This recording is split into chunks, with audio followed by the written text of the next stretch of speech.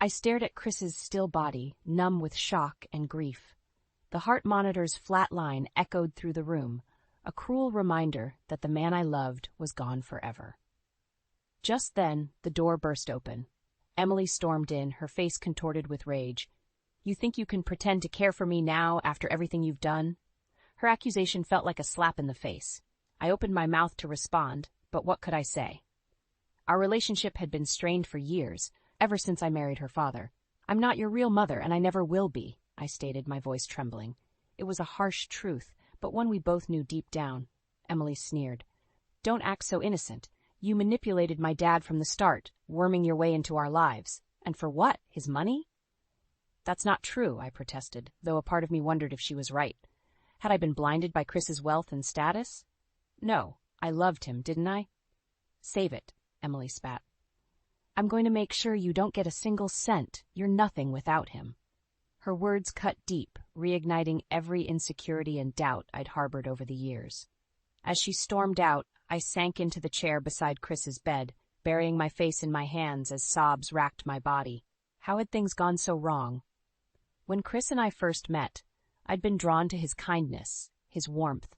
He made me feel alive in a way I hadn't experienced in years. And despite my initial reservations about dating a man with a child, I'd fallen hopelessly in love. But Emily had never accepted me. From the moment I stepped into her life, she viewed me as a threat, an intruder. No matter how hard I tried to connect with her, she shut me out, her teenage angst morphing into a cold, calculated cruelty as she grew older. And Chris, bless his soul, had been too soft on her, too eager to keep the peace. He'd enabled her behavior, siding with her against me time and again until I felt like an outsider in my own marriage. Now, with Chris gone, I was truly alone, facing the wrath of a vengeful stepdaughter who seemed determined to destroy me. As the weight of Emily's hatred bore down, I knew one thing for certain: the battle for Chris's legacy, for my very future, had only just begun. I met Chris at a company party, back when I was working in HR at a tech firm. He walked into the room, and it was like the air shifted. I couldn't take my eyes off him. His warm smile, the confident way he carried himself. When our eyes met, something sparked between us. After the party, I couldn't stop thinking about him. A few weeks later, we ran into each other at a cafe, and he asked me out. I said yes, despite the little voice in my head warning me about his complicated situation. On our first date, he was open about his past, his failed marriage, his struggle to connect with his daughter Emily after the divorce. I admired his honesty, his vulnerability. Over dinner, I found myself drawn to his values, his desire to be a better father and partner. The more time we spent together, the deeper I fell. Chris treated me with a tenderness and respect I'd rarely experienced in my years as a single woman. He made me feel cherished, special. But I couldn't ignore the shadow that loomed over our relationship, Emily. At 16, she was a sullen, resentful teenager who clearly blamed me for her parents' divorce. She refused to give me a chance, shooting me icy glares whenever I was around. Chris tried his best to make it work, to blend our lives together. We took family trips, had game nights, went out for nice dinners. But the tension was always there, simmering beneath the surface like a dark undercurrent. "She's just going through a phase," Chris would say, wrapping his arms around me. "She'll come around eventually." I wanted to believe him, but Emily's coldness only seemed to deepen with time. Our family dinners were a war zone, with her firing off snide comments and rolling her eyes whenever I spoke. Chris would shoot her warning looks, but he never truly disciplined her, too afraid of pushing her away. As the months passed, I started to see Emily's true colors. She was manipulative, playing Chris and I off against each other to get what she wanted. One week she'd give me the silent treatment, ignoring my existence. The next she'd be all smiles and charm, regaling Chris with stories of her academic achievements or volunteer work. "She's just trying to impress you," I told Chris after one particularly nauseating display. "Can't you see she's manipulating you?" But he refused to hear it, too blinded by his love for her, too desperate to have that father-daughter bond he'd always craved. Time and again he'd make excuses for her behavior, enabling it, as if his indulgence could somehow make up for the sins of the past. Looking back now, I realize I should have run, saved myself from the heartache to come. But I was in too deep, and my love for Chris wouldn't let me abandon hope. The dangerous, foolish hope that one day, somehow, Emily would accept me. Little did I know that her hatred for me ran deeper than I could have ever imagined, and that the worst was still to come. After Chris and I got married, I hoped things might improve with Emily. I was her stepmother now, an official part of the family. Surely that had to count for something. But Emily remained as distant and hostile as ever. On our honeymoon, she called Chris multiple times, always with some dramatic crisis that needed his immediate attention. When we finally returned home, exhausted, she greeted us with a look of pure disdain. "Enjoy your little vacation?" she sneered as I walked through the door. I forced a smile. "It was lovely, thanks for asking." She rolled her eyes. "Whatever, at least now you got what you wanted, a rich husband to take care of you." The words stung, but I didn't rise to the bait. After setting my bags down, I turned to leave, only to hear her mutter under her breath, "Gold digger." I whipped back around, fury rising in my chest. "You know, Emily, I'm trying my best here, but you're making it impossible." "Alicia, Emily, that's enough." Chris's voice boomed, startling us both. He stepped between us, a pained look on his face. "Can't you two get along, just this once? For me?" Emily immediately softened, her expression turning contrite. "I'm sorry, Daddy. I'll try harder, I promise." She shot me a venomous glare, then brushed past us towards her room. Later that night, as we lay in bed, I turned to Chris. "I can't keep doing this. The way she treats me." "Shh." He pulled me close, stroking my hair. "Give it time. She's been through so much with the divorce. But she's a good kid deep down. She'll come around." I wanted to believe him, but months passed with no improvement. Emily remained sullen and withdrawn, alternating between ignoring me completely and making snide remarks whenever we crossed paths. Chris insisted on family dinners, saying it would help us bond. But they only seemed to make things worse. One night, over a meal of rubbery chicken and limp broccoli, Emily announced, "I got an A on my English paper. The professor said it was the best in the class." "That's wonderful, honey," Chris beamed. "I knew you could do it." He turned to me, his eyes shining with paternal pride. "Alicia, did you hear that? Isn't that great?"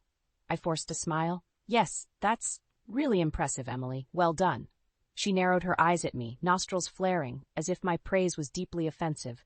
"It's no big deal, just something talented people can do." The barb hit its mark. I felt myself shrink under her withering gaze. Chris, ever the peacemaker, quickly changed the subject. But I could barely focus, Emily's words echoing in my mind like cruel taunts. After dinner, as I cleared the plates, Emily brushed past me with a sneer. "Thanks for doing your job, Cinderella." I sucked in a sharp breath, fighting back tears. Why was she so determined to hurt me at every turn? What had I done to deserve such venom from her? As the weeks rolled by, the isolation and anxiety took their toll. Some nights, I lay awake for hours, my mind racing with doubts. Was I the problem? Was I not trying hard enough? If only I could get through to Emily, make her see that I loved her father more than anything. But she seemed dead set on making my life a living hell. The young woman I'd hoped to form a bond with was little more than a vindictive stranger determined to shut me out. And the harder I tried to break through, the more viciously she lashed out, until one fateful day when all my worst fears would finally come to light. As Emily progressed through high school and college, her disdain for me only intensified. She became a master manipulator, using her charm and intelligence to wrap Chris around her finger whenever she wanted something. "Daddy, can I please get the new iPhone?" She'd coo, batting her long lashes. "All my friends have it, and I really need it for school projects." Chris would hesitate, looking at me uncertainly, but then Emily would pout those full lips, and he'd instantly cave. "Oh, all right, anything for my little girl." I'd try to reason with him later. "Chris, she's taking advantage of you. She doesn't need another new phone. Her old one works perfectly fine." But he'd just shake his head adamantly. "Alicia, you don't understand. I have to make up for all the years I missed when she was growing up. Just let me do this for her, okay?" And so it went, with Emily constantly working her wiles to get clothes, cars, vacations, you name it. While we lived comfortably, we certainly weren't the millionaires she seemed to think. But Chris never put his foot down, blindly indulging her every whim, no matter how outrageous or expensive. "Stop spoiling her rotten," I'd snap at him during our worst fights. You're only encouraging her entitled, manipulative behavior. Chris's brow would furrow, anger flashing in his eyes. Don't you dare talk about my daughter that way. She's been through enough. The least I can do is give her what she wants. His words sliced through me, the implication clear. Emily's needs would always come before mine. Before us. During Emily's college years, she pulled similar stunts to earn Chris's approval, regaling him with tales of her academic achievements and grand future plans, all while throwing me contemptuous glances, making it clear I'd never be a part of that brighter future she dreamed of. I got an internship at a prestigious law firm, she announced one night at dinner, chin raised defiantly as she stared me down. They said I'm on track to be a partner after I finish my degree. That's wonderful, Pumpkin, Chris gushed, looking at her with naked pride. He turned to me expectantly. Alicia, doesn't that sound impressive? I forced a tight smile. Yes, very impressive. Congratulations, Emily. She sneered at my lukewarm praise. You could at least try to act like you care about my accomplishments. The hurt must have shown on my face because Chris immediately turned on me with a glare. She's right, Alicia. You could be a bit more supportive. My cheeks burned with humiliation as his words washed over me. What did I have to do? Grovel at her feet? This pattern continued for years. Emily constantly one-upping me and rubbing her triumphs in my face, Chris fawning over her while admonishing me for not being sufficiently awed by his precious daughter's perfection. By the time Emily finished college and began working, the resentment and bitterness had driven an unbridgeable chasm in my marriage. We could barely look at each other without dredging up the emotional scars, the unhealed wounds of two parents caught in the merciless grip of divided loyalties. I love you, Alicia, but she's my little girl, Chris would say helplessly during our worst clashes, as if those words could somehow justify or excuse the hell my life had become. I understood in a way. Emily was his flesh and blood, the living embodiment of the family he'd lost through his own failings. Making it up to her, regaining her approval, it had become his singular obsession. But at what cost? By allowing her hatred and manipulation to fester unchecked, Chris had enabled a rift that may never be mendable, a rift that would soon tear our whole world asunder. Little did I know that the worst was still to come, and that Chris's death would be the spark that ignited Emily's rage into an unholy blaze of vengeance. I'll never forget the night Chris died. We were having one of our usual tense dinners, the air thick with unspoken resentments. Emily had just announced some new career triumph, basking in her father's adoring praise while shooting me smug looks from across the table. Suddenly, Chris gasped and clutched at his chest, his face drained of color. Al! Alicia! In an instant, I was by his side as he crumpled from his chair. Chris! Oh my God! Somebody call 911! Emily just stood there, eyes wide with shock, making no move to help. I shot her a pleading look as I cradled Chris's head in my lap. Emily, please, your father needs help. That seemed to snap her out of her daze. She fumbled for her phone with trembling hands and dialed emergency services. I stroked Chris's clammy forehead, murmuring desperate reassurances that everything would be okay, but his eyes had already taken on a glassy, distant look. His lips moved soundlessly as the life drained from his stricken body. The paramedics arrived and worked furiously to resuscitate him. But it was too late. Chris was gone, claimed by a massive heart attack at just 50 years old. I remember letting out a wail of anguished grief as they gently pulled me away, the love of my life now still and lifeless on the floor. Emily collapsed into a chair, face white as a sheet, looking more lost and afraid than I'd ever seen her. At the hospital, after they'd taken Chris away, Emily turned on me with undisguised fury burning in her red-rimmed eyes. You monster, she cried, her voice dripping with venom. You think you can pretend to care for me now, after everything you've done? After how you treated my dad?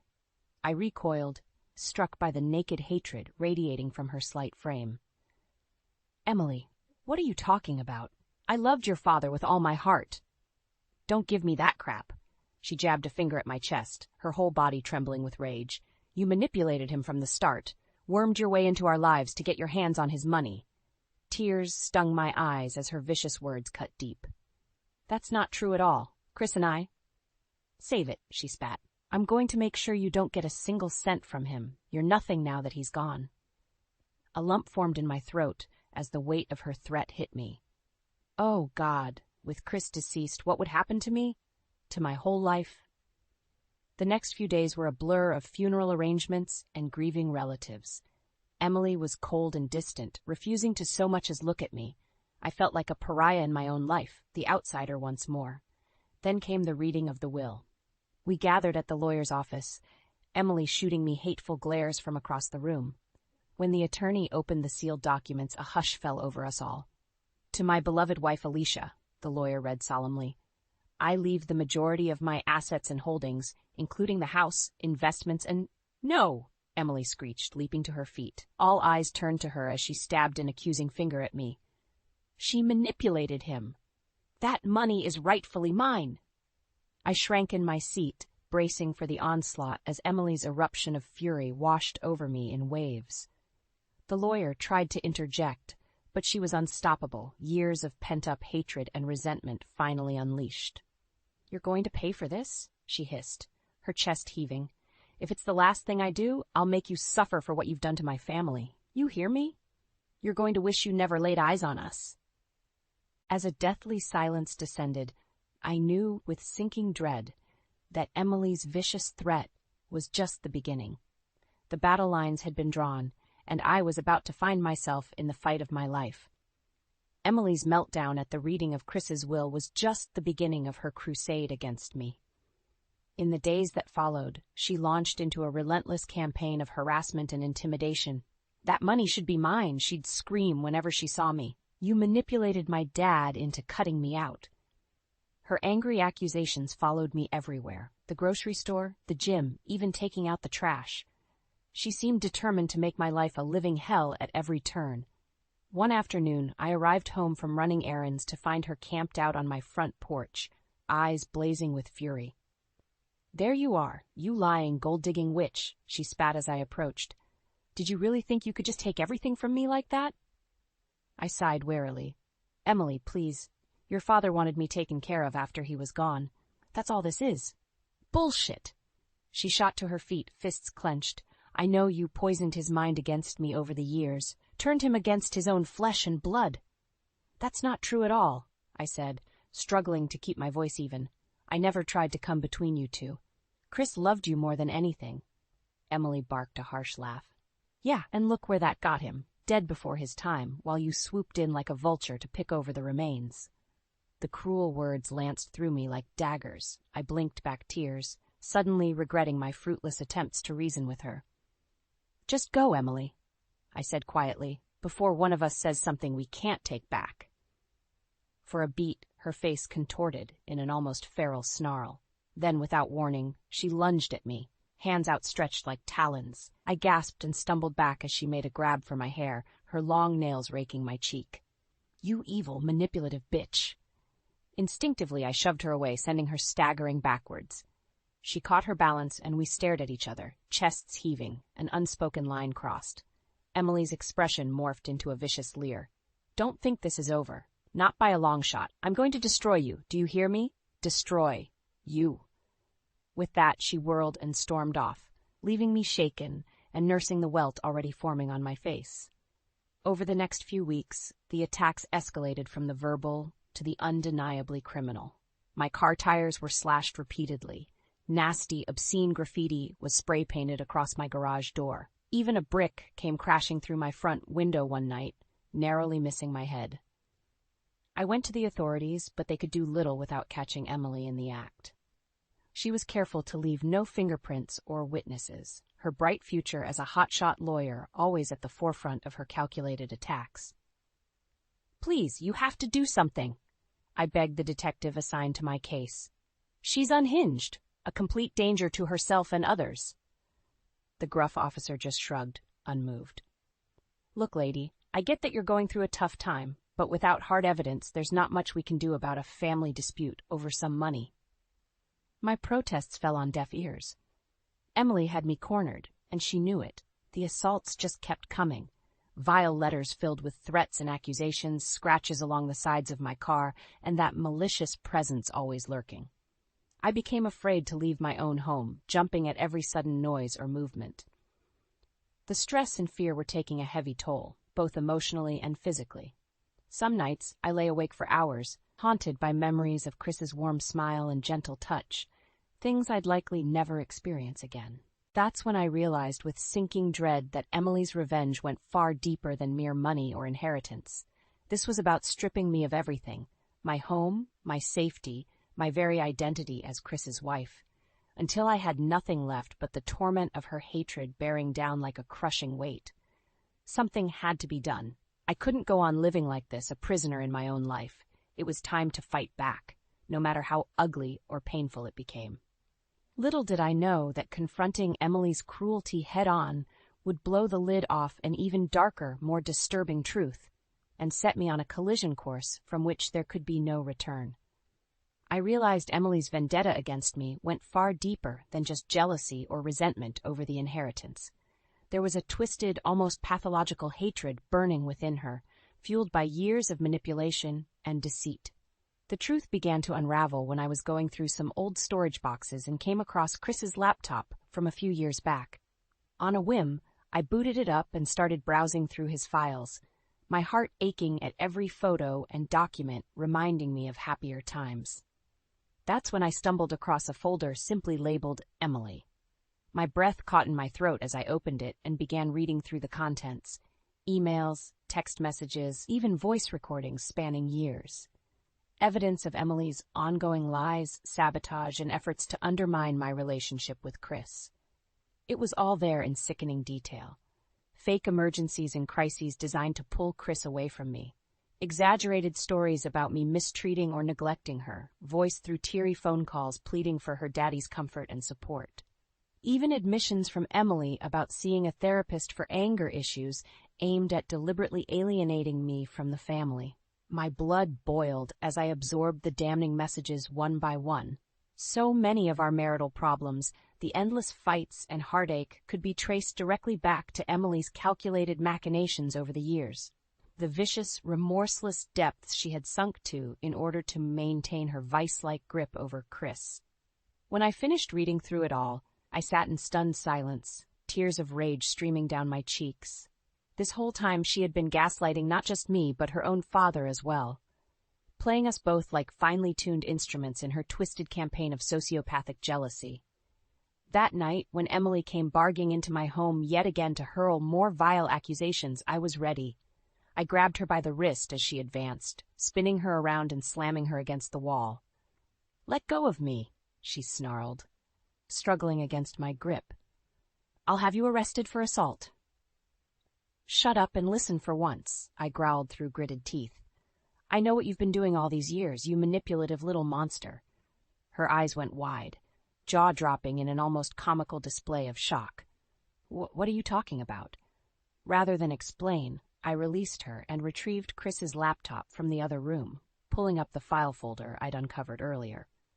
Emily's eyes went flinty as she began scanning the documents and recordings, her mask of innocence shattering with each new revelation. "So this is how it's going to be," she spat, color rising in her cheeks. "You were always jealous of me and Dad's relationship. This is just some pathetic attempt to turn him against me, even in death." I could only stare at her in disbelief. "Are you deranged? Look at the evidence right in front of you. The lies, the sabotage. You had no problem deceiving and manipulating us to get what you wanted. Your own father," Emily sneered. "Please, he always took your side no matter what I did. Don't try pinning that on me." "You're sick," I shot back, disgust roiling in the pit of my stomach. "You've been playing the victim for years, but you're the one inflicting all this misery and destruction on this family." Her nostrils flared, lips peeling back in an ugly snarl. "This is far from over, you self-righteous bitch. In fact, it's only just beginning." She grabbed the laptop and hurled it against the far wall with a resounding crash, shattering the screen into a twisted spiderweb of shards. Then she whirled and stormed out, leaving a path of destruction in her wake. I sank to the floor, hands trembling as the full, ugly reality sank in. Whatever twisted psychological games Emily had been playing all this time, they had clearly warped her perception of reality entirely. There would be no getting through to her, no appeals to sanity or reason.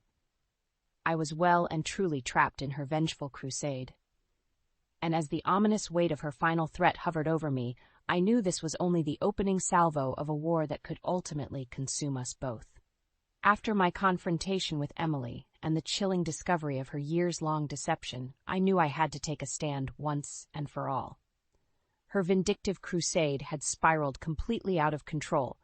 If I didn't put a stop to it immediately, there was no telling how far she might go. A few days later, I requested a meeting with Emily and laid it all on the line. We convened at a stuffy corporate office downtown, the air thick with distrust and barely concealed hostility. Emily swept in, wearing a power suit and permanent sneer, all false bravado and entitlement. Well, if it isn't the wicked stepmonster herself, to what do I owe this dubious pleasure?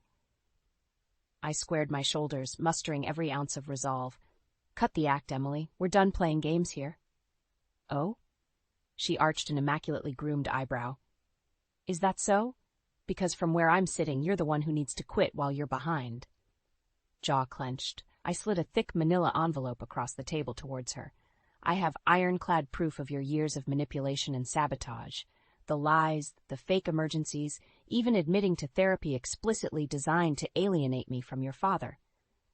Emily's bravado flickered for just a moment before her sneer returned full force. So you've got some circumstantial evidence, so what? That doesn't change the fact that he chose you over his own daughter in the end. Don't you get it? I shot back, anger rising. Your jealousy and entitlement drove a wedge between you two long before Chris died. He spent years enabling your behavior, indulging your every selfish whim. That struck a nerve. Emily's nostrils flared as she leaned across the table, eyes blazing. How dare you? You think you can psychoanalyze me when you're the one who wormed your way into our lives? Dad loved me more than anything until you showed up. I shook my head sadly. Emily, wake up. Your whole perception of reality has become dangerously warped. I'm not the enemy here. I'm the one trying to help you see the truth about yourself before it's too late. She opened her mouth, then seemed to think better of it, snapping it shut again, as her expression contorted in disgust. When she finally spoke, her voice was laced with venom. You're right about one thing. This does end today, but not how you think. She rose abruptly from her seat, knocking it over with a clatter. I'm taking you down, one way or another. Maybe then Dad's memory can finally be at peace, free from your poisonous influence. Emily, listen to yourself, I pleaded, alarmed by the maniacal glint in her eyes. You're unraveling. Whatever delusions you've been clinging to, it's time to let go. But she was already stalking away, shoulders squared and fists clenched. Over her shoulder, she spat. Don't worry, you smug bitch. When I'm through with you, everyone will finally understand my side of things. I'll make sure of it. After she stormed out, I sat in stunned silence, emotions churning. Despite laying everything on the table, Emily was too far gone, her hatred too entrenched.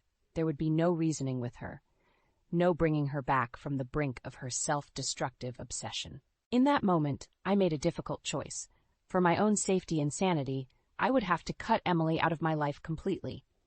She had made her bed, and now she would be forced to lie in it, dealing with the consequences of her malice and delusion. I consulted legal counsel and began the process of freezing Emily out of Chris's assets and estate. The lawyers warned it would be an uphill battle, given her unrelenting stance, but I didn't care. Even if it meant draining my own funds to the last penny, I was prepared to fight her tooth and nail. True to form, Emily came unhinged when the court orders went through, locking her out of further claiming her inheritance. She launched an all-out legal war, hiring a team of vicious attack dog attorneys committed to paint me as the villain at any cost. But I was ready this time. With Chris's true legacy, the evidence of Emily's treachery and manipulation, on my side, I weathered the vicious court battles with grim determination. Time and again, her attempts to strong-arm and bully me were thwarted by cold, hard proof. The protracted legal maelstrom bled Emily's finances dry. Her shiny new career as a hotshot lawyer in jeopardy as creditors came knocking. In a cosmic twist of karma, she even faced potential disbarment as her dirty tactics and suspect actions unraveled into the harsh light. Through it all, I refused to back down or compromise. This was about more than money. It was about stripping away the twisted facade Emily had been hiding behind her whole life, forcing her to finally face the ugly reality of her own misdeeds and delusions. In the end, she brought the ruin upon herself. But I had reclaimed something infinitely more valuable than any inheritance: my self-respect, sense of justice, and the ability to move forward with Chris's loving memory intact. As the dust settled and I surveyed the wreckage Emily's hatred had wrought, I felt an unexpected pang of sadness. For all the pain she'd caused, some small part of me still mourned the loss of what could have been a real bond, a sincere connection with my husband's child. A true family united through more than shared trauma and resentment. But I knew, deep down, that dream had died long ago, poisoned by Emily's all-consuming jealousy before it ever had a chance to bloom. She had made her choices repeatedly and with malice in her heart, and now she alone would have to live with the consequences. As for me, it was time to step into a new chapter, free from the shackles of the past and filled with hard-won wisdom. Though the scars would never fully heal, I carried Chris's spirit with me, determined to honor his memory by embracing life and love once more.